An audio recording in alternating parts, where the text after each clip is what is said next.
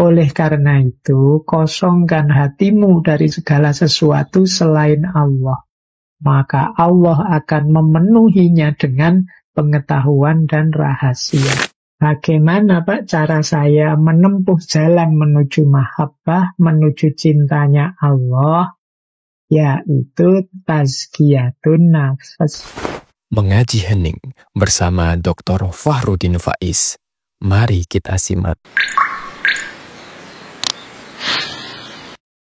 Kata Syekh Ibnu Athaillah, kenikmatan yang sejati itu, meskipun bermacam-macam bentuknya, sesungguhnya hanyalah dengan menyaksikan atau mendekat kepada Allah.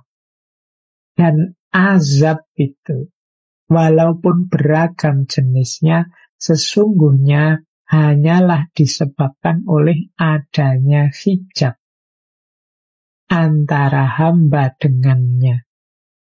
Jadi, sebab azab itu karena adanya hijab.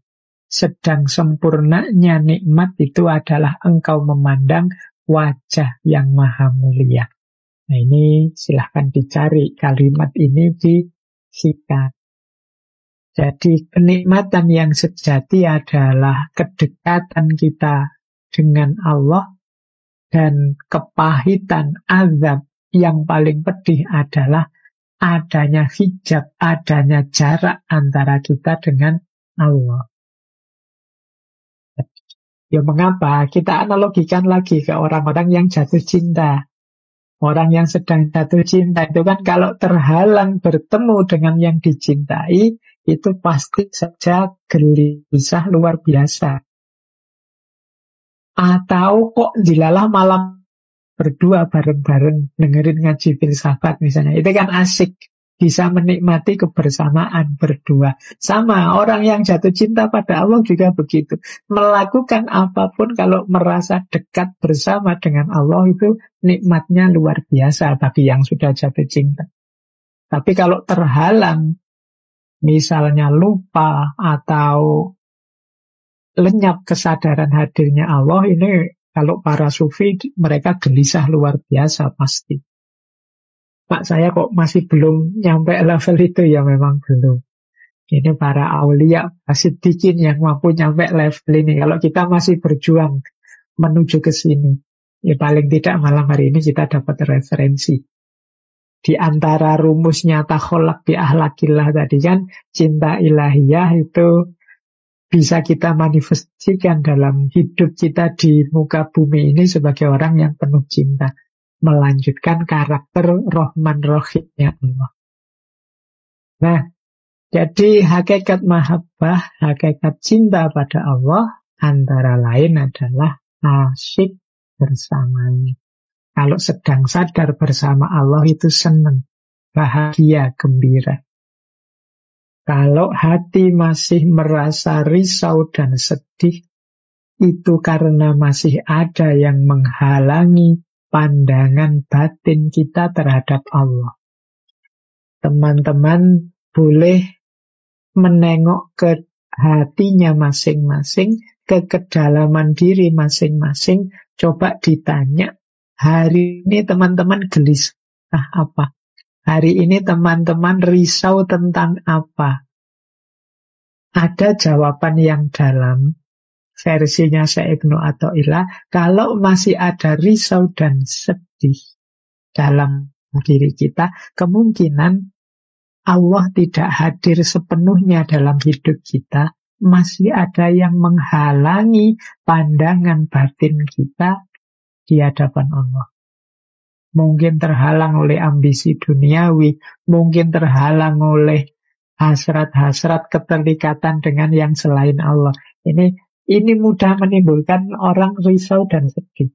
Tapi kalau orang sepenuhnya sadar, sepenuhnya dekat dengan Allah, itu biasanya mengalami apapun, ditimpa apapun, tidak ada yang membuat dia risau dan sedih.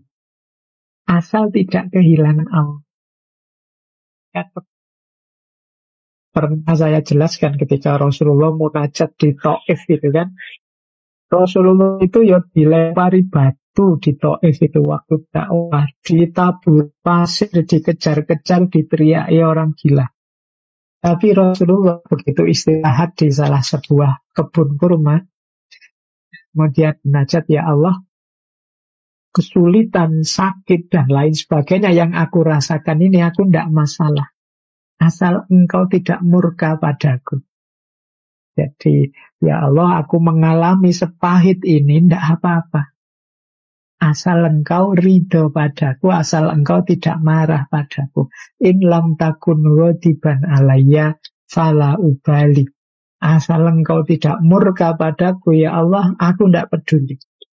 Nah, ini jiwa yang penuh cinta kepada Allah. Jadi, coba teman-teman ditengok ya kegalauan, keresahan hati. Ini yang ada dalam diri kita ini sebabnya apa sih? Kalau hal-hal yang duniawi, ya menurut saya tidak harus digalaukan atau disedihkan sedalam itu. Kita selesaikan ya, kita cari solusi ya, tapi tanpa harus mengeluh, risau, sedih. Asal kita tidak kehilangan Allah. Jadi ujian kok nilainya jelek, ya saya belajar lagi biar nanti nilainya tinggi. Tidak harus terlalu sedih, terlalu risau. Asal Allah tetap ridho. Ya nilai saya jelek, tapi kan saya jujur Pak. Saya takut kalau nyontek nanti dimurkai Allah. Nah, ini kan tidak kehilangan. Tidak apa-apa. Asal engkau ridho padaku ya Allah, ujian apapun aku terima. Nah, berarti apa?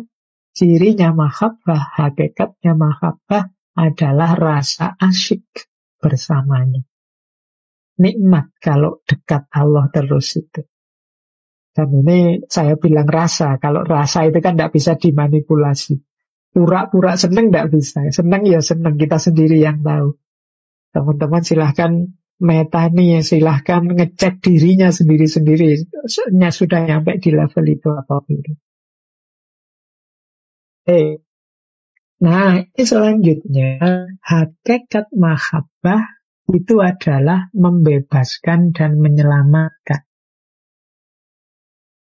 Jadi, tidak ada yang bisa mengusir ajakan syahwat dari hati, kecuali rasa takut kepada Allah yang menggetarkan dan rasa rindu kepada Allah yang menggelisahkan. Jadi, orang itu kalau dalam dirinya tumbuh rasa cinta pada Allah, otomatis dia terbebaskan dari banyak syahwat. Jadi hawa nafsu, ambisi yang negatif, itu pasti kita bebas dari sana. Kenapa? Kita jatuh cinta pada Allah itu kan otomatis fokus kita untuk tidak membuat Allah kecewa, mencari ridhonya Allah saja. Dan itu ya otomatis yang baik-baik, yang mulia-mulia yang kita lakukan. Tidak perlu berat-berat berjuang, hati kita sudah tergeser pada Allah saja. Ajakan syahwat dan lain-lain mudah menaklukkannya. Jadi, sebagaimana kita kan mudah memenangkan yang kita cintai dibandingkan godaan yang macam-macam. Jadi hakikat mahabbah yang selanjutnya adalah membebaskan dan menyelamatkan. Yo, kalau kita menang dari ajakan syahwat, menang dari dorongan keburukan, tentu saja kita selamat, kita bebas. Jadi menarik ya teman-teman, kalau dalam dunia tasawuf itu makna kebebasan itu beda dengan yang kita pahami selama ini. Kalau kita kan sering menerjemahkan kebebasan itu kita bebas melakukan apa saja yang kita inginkan. Tapi dalam dunia tasawuf, kebebasan itu adalah kita bebas dari belenggu hawa nafsu. Kita bebas dari dorongan-dorongan untuk melakukan keburukan. Kita bebas dari keterikatan-keterikatan selain Allah. Makanya kebebasan itu kalau dalam dunia tasawuf itu makom yang tinggi. Kalau teman-teman belajar Ibnu Arabi Misalnya di situ dijelaskan ada makom namanya makom hurriyah. Hurriyah itu makom kebebasan. Ini makom yang tinggi. Kenapa? Kalau orang sudah nyampe makom hurriyah, dia ini bebas dari kejajahan hawa nafsunya. Dia bebas dari keterikatan-keterikatan di luar dirinya selain Allah. Kalau kita kan masih banyak terikat macam-macam hal. Tapi orang yang cinta pada Allah, otomatis dia bebas. Dan pasti juga selamat. Wong dia memang masuk ke ranah yang dekat dengan Allah. Baik, jadi mahabbah ternyata membebaskan kita dan menyelamatkan. Nah, ini teman-teman yang mudah-mudahan senang dengan wacana-wacana kebebasan itu. Ternyata dalam dunia tasawuf itu kebebasan itu ditawarkan lewat jalur cinta, mahabbah. Padahal selama ini kan kita ngertinya kalau orang jatuh cinta itu jadi wujudnya yang dia cintai atau mencintai. Ternyata cinta itu membebaskan, membuat orang terbebaskan dari egonya, dari hawa nafsunya. Baik, kita lanjutkan lagi biar dapat banyak malam hari ini. Nah, ada lagi hakikat mahabbah, yaitu hanya Allah yang tahu. Jadi saya bilang tadi ya, orang lain itu hanya bisa melihat gejala luar dari diri kita. Niatnya apa, motifnya apa, tujuan orientasinya kemana, itu hanya kita yang tahu. Allah saja, termasuk mahabbah. Apakah ke masjid itu tanda-tanda seseorang sudah cinta pada Allah, ke masjid terus-menerus misalnya? Bisa iya, bisa tidak. Hanya dia yang tahu dan Allah apa yang ada dalam hatinya. Ada kan ke masjid itu ya otomatis saja, mekanis saja, karena dorongan kewajiban. Ada yang ke masjid itu mungkin karena tanggung jawab ini, tanggung jawab itu. Ada yang memang cinta pada Allah. Jadi hanya Allah yang tahu kalau urusan batin. Maka teman-teman diminimalkan untuk menjudge, menghakimi batinnya orang lain. Karena kita tidak tahu. Jadi mungkin ada orang bikin sajen, bikin tumpeng, tapi niatnya apa? Apakah menduakan Allah ataukah hanya dalam rangka biar wisatawan banyak yang datang dan secara ekonomi nanti menguntungkan, ataukah itu dalam rangka ya melestarikan saja budaya tanpa niat apapun, ataukah itu ada macam-macam niatnya. Kita tidak bisa judgement yang ada dalam hati. Ya kita bisa menyebut gejalanya. Pak, itu ada orang dipukuli loh. Nah, kalian juga kan harus lihat motifnya, konteksnya, situasinya. Jadi tidak bisa kita judge sampai ke isi-isinya. Hanya orang itu yang tahu sesuai konteksnya masing-masing. Kadang-kadang orang pacaran itu ya pakai pukul-pukulan, pakai cubit-cubitan. Itu kan kita tidak bisa, pokoknya tak lapor ke polisi ini kekerasan. Kan tidak mesti. Itu ada motif dan niat yang berbeda. Nah, cinta juga begitu. Hanya Allah yang tahu. Tidak mesti loh yang misalnya ya, jemput tiap hari, apel, nganter kuliah terus, dan macam-macam itu terus, berarti dia jatuh cinta. Tidak mesti juga, kadang-kadang ya karena setia kawan saja misalnya. Dan alasannya iso macam-macam. Yang dalam hati hanya Allah yang tahu. Makanya jangan dijudge. Kata Syekh Ibnu Athaillah, jika engkau melihat seorang hamba yang ditetapkan oleh Allah dalam menjaga wiridnya dan dilanggengkannya dalam keadaan demikian, namun lama ia tak mendapatkan pertolongannya, maka jangan engkau sampai meremehkan apa yang telah Allah berikan kepadanya. hanya karena engkau belum melihat tanda-tanda orang arif atau cahaya indah seorang pecinta Allah pada diri hamba itu. Allah yang tahu kalian itu sudah nyampe makom cinta apa belum. Batinmu itu mencintai Allah apa terpaksa saja.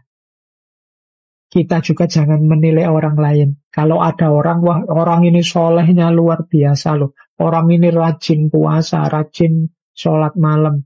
Tapi kok hidupnya susah terus ya, kok hidupnya sulit terus ya. Jangan-jangan Allah tidak cinta padanya. Paling-paling ini tidak diterima amalnya. Ini menilai orang nama. Kata Syekh Ibnu Athaillah di aforisma ini, tidak, kamu jangan menilai seperti itu.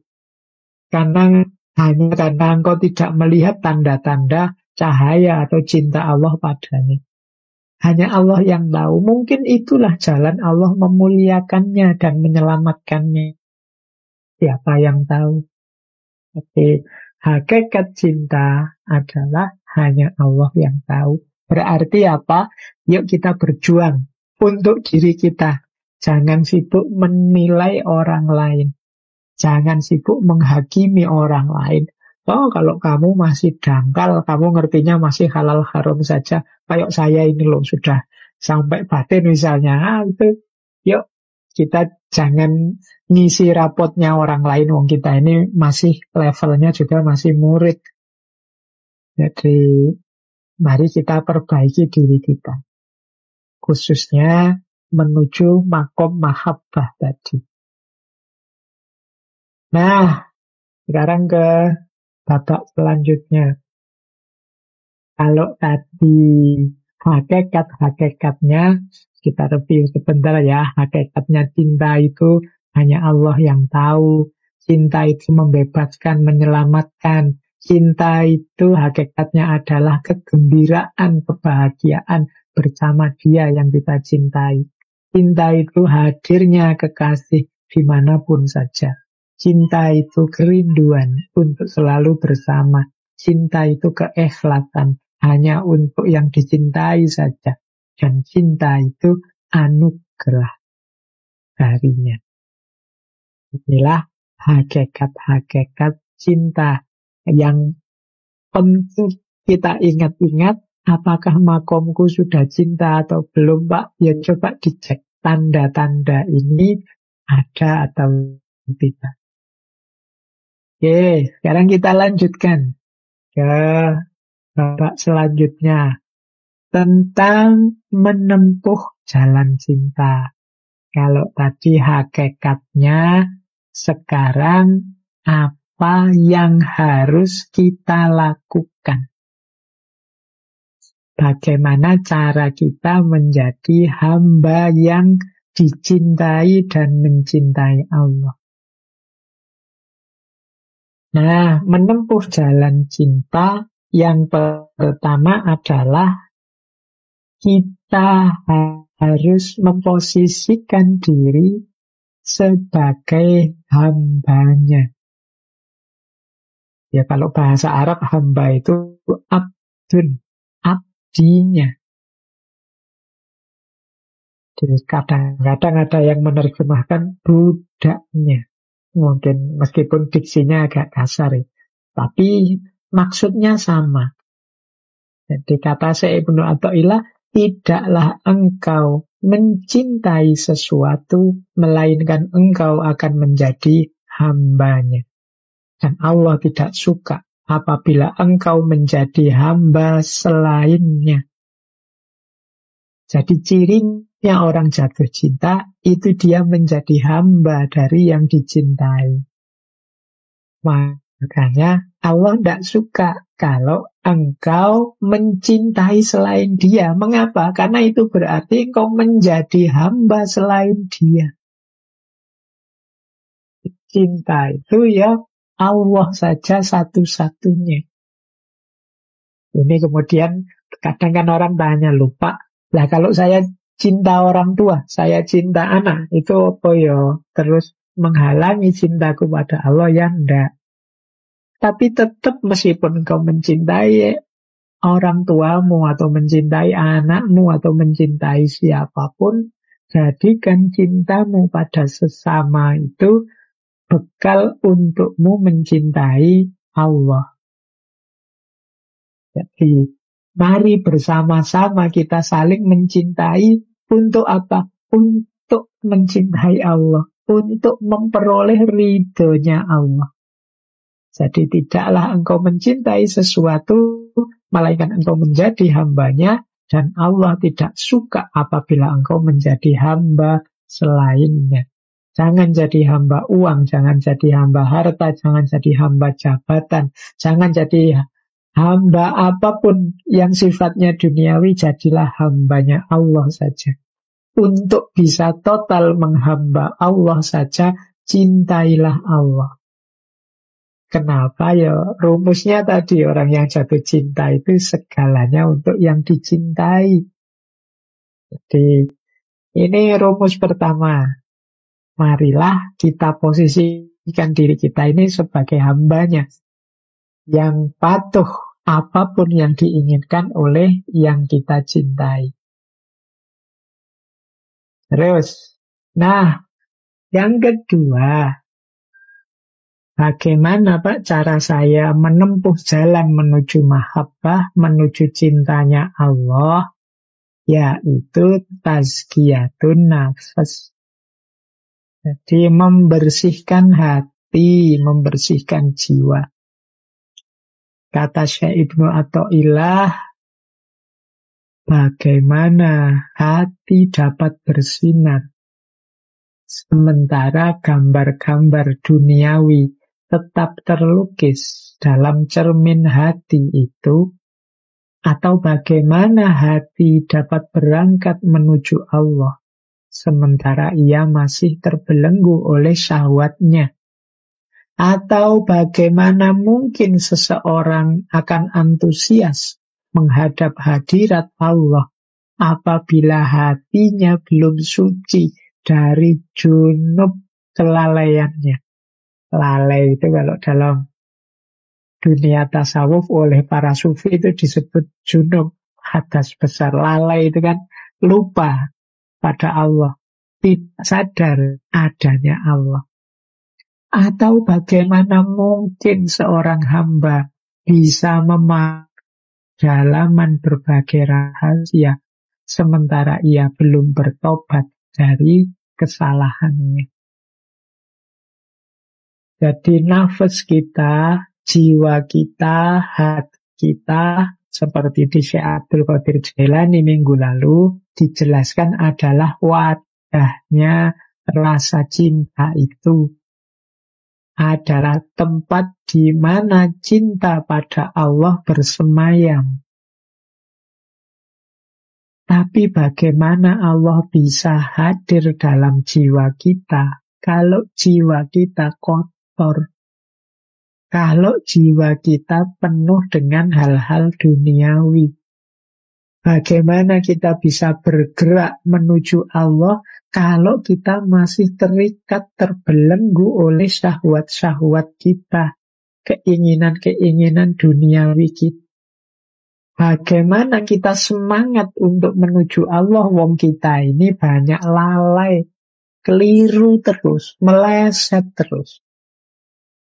Bagaimana kita bisa mencapai ma'rifat kalau kita sendiri tahu kita ini salah, belum total menomorsatukan Allah, tapi tidak tobat-tobat.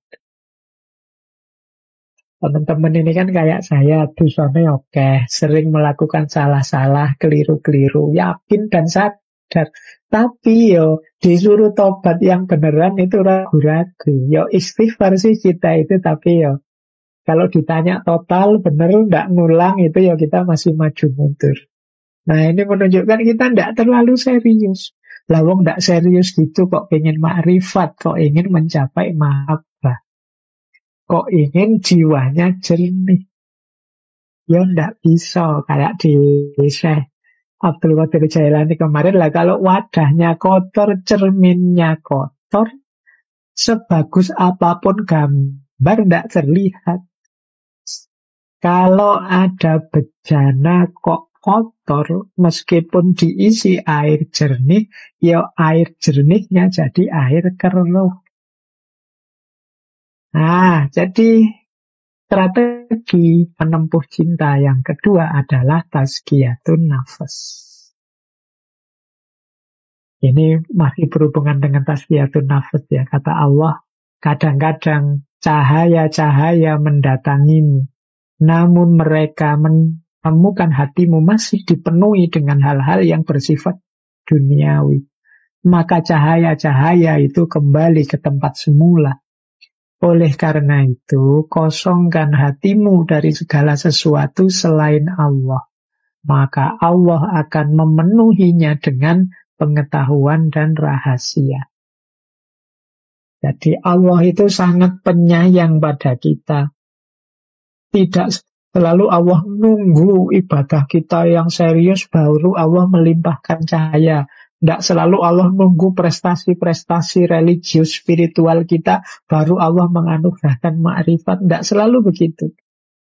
Kadang-kadang Allah itu menganugerahkan cahaya.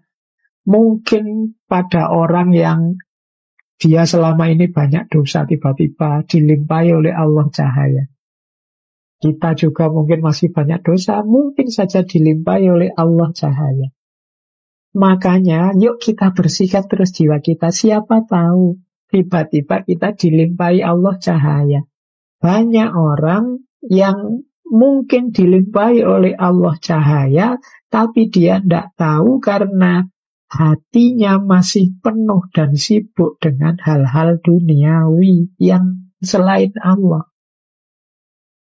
Ya kalau kamu sibuknya di situ, ya hadirnya cahaya ilahiyah itu ya tidak ada gunanya. Cahayanya balik lagi, wong kamu cuekin. Kamu sibuk dengan hal lain yang bukan Allah.